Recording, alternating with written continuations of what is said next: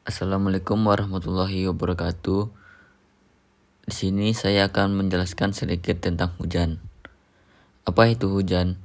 Hujan adalah sebuah peristiwa jatuhnya suatu cairan dari atmosfer yang berwujud cair maupun beku ke permukaan bumi. Bagaimana proses terjadinya hujan? Proses terjadinya hujan ada 3, yaitu evaporasi, kondensasi, dan presipitasi. Evaporasi yaitu proses terjadinya hujan diawali dengan sinar matahari menyinari bumi. Energi sinar matahari ini mengakibatkan terjadinya evaporasi atau penguapan di lautan, samudra, sungai, danau, dan sumber air lainnya.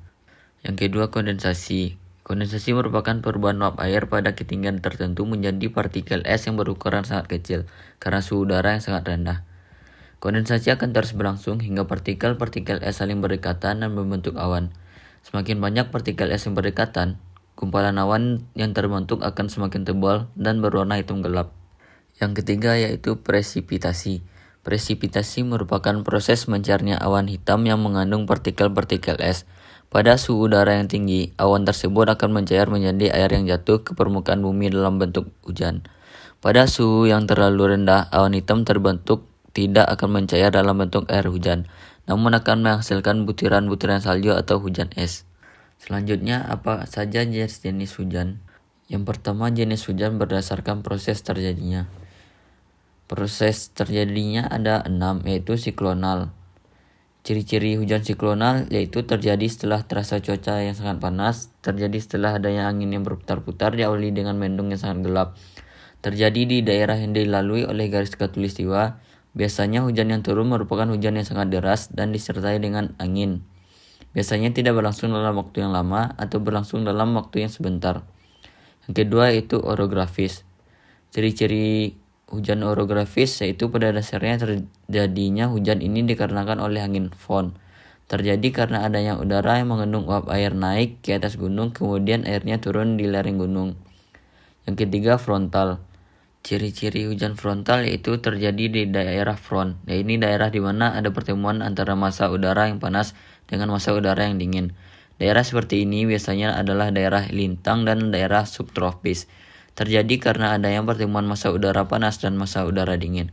Apabila terjadi di daerah beriklim tropis, maka bisa menyebabkan terjadinya hujan es. Yang keempat, muson. Ciri-ciri hujan muson yaitu terjadi karena disebabkan oleh berhembusnya angin muson barat. Biasanya terjadi rutin atau disebut sebagai musim penghujan. Biasanya terjadi selama 6 bulan lamanya. Terjadi di antara bulan Oktober hingga Maret. Yang kelima, zenital. Ciri-ciri hujan zenital yaitu terjadi di daerah yang mempunyai iklim tropis, terjadi di siang hari ketika matahari sedang terik sekali. Terjadinya meliputi wilayah yang sempit, ditandai dengan awan hitam atau gelap. Hujan yang turun sangat lebat, banyak disertai guntur, terjadi 2 kali dalam 1 tahun. Yang keenam, buatan. Ciri-ciri hujan buatan yaitu dibuat oleh manusia, kecepatan angin rata-rata rendah, mengandung zat higroskopis dan zat glasiogenik. Penaburan bahan kimia pada ketinggian di antara 4.000 hingga 7.000 kaki, memakan biaya yang besar dalam pembuatannya. Selanjutnya, jenis hujan berdasarkan ukuran partikel. Yang pertama, gerimis. Hujan gerimis adalah hujan yang diameter butirannya berukuran sekitar 0,5 mm. Yang kedua, deras. Hujan deras adalah hujan yang turun dari awan yang temperaturnya di atas titik beku serta diameter butirannya sekitar 7 mm. Selanjutnya, salju. Hujan salju adalah hujan yang terdiri atas kristal-kristal es yang temperatur udaranya terletak di bawah titik beku. Yang keempat yaitu batu es. Hujan batu es adalah curahan batu es yang turun di dalam cuaca panas dari awan yang temperaturnya berada di bawah titik beku. Yang terakhir, alat apa saja yang digunakan untuk mengukur tingkat curah hujan? Yang pertama itu ombrometer. Ombrometer berbentuk seperti tabung yang bagian atasnya berbentuk corong untuk memudahkan proses penampungan air hujan. Curah hujan ini dicatat setiap hari dengan melihat berapa milimeter air hujan yang ditampung di dalam tabung tersebut.